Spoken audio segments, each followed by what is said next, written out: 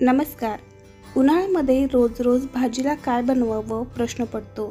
तर आज आपण मस्त चमचमीत अशी यापूर्वी तुम्ही कधीही बनवली नसेल अशी झणझणीत कांद्याची भाजी कशी बनवायची ते बघणार आहोत. रेसिपी करायला अतिशय साधी आणि सोपी आहे आणि चवीला मात्र अप्रतिम लागते. चला तर मग या रेसिपीला सुरुवात करूया. तर सगळ्यात आधी इथे मी 4 मीडियम साईजचे कांदे या पद्धतीने असे लांब कापून घेतलेले आहेत. कांदे कापून झाल्यानंतर असे मोकळे करून ठेवायचे. त्यानंतर इथे मी अर्धी वाटी फ्रेश दही घेतलेलं आहे.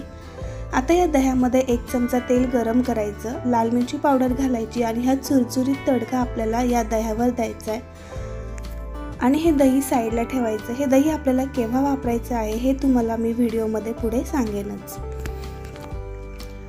तर या ठिकाणी आपलं हे तडकावालं दही तयार झालं. आता कढईमध्ये 2 मोठे चमचे तेल घालायचं.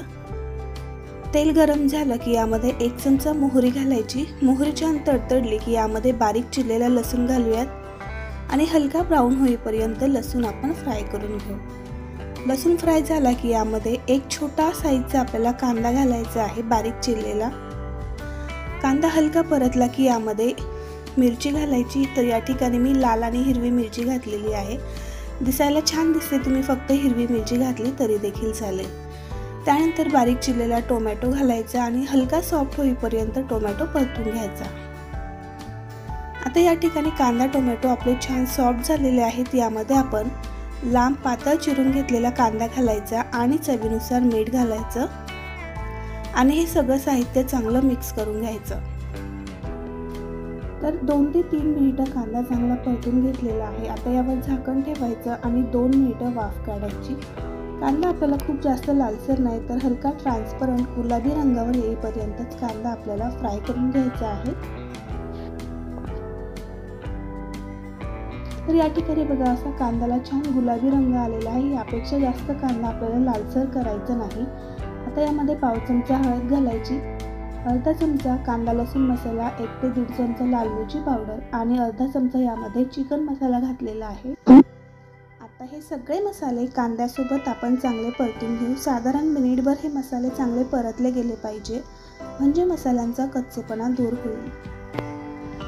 आता मसाले आपले चांगले कांद्यासोबत परतले की आपण तडका मारलेलं दही यामध्ये घालायचे आहे आणि दही घातल्यानंतर कंटिन्युअसली याला मिक्स करत राहायचं, म्हणजे दही फाटणार नाही.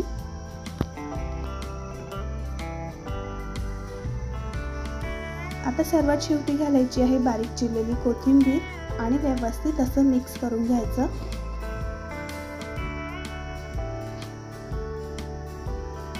आता यावर आपण झाकण ठेवूया. 3 ते 4 मिनिटं मंद गॅसवर आपण वाफ देऊन घेऊ. आता 2 ते 3 मिनिटांनंतर बघू शकता या ठिकाणी आपल्या भाजीचा रंग किती सुरेख आलेला आहे. मस्त चमचमीत, अगदी बघूनच तोंडाला पाणी सुटेल अशी आपली झणझणीत कांद्याची भाजी तयार झालेली आहे. ही भाजी मस्त तुम्ही गरमागरम चपाती, गरमागरम भाकरी किंवा मग पराठा यासोबत सर्व करू शकता.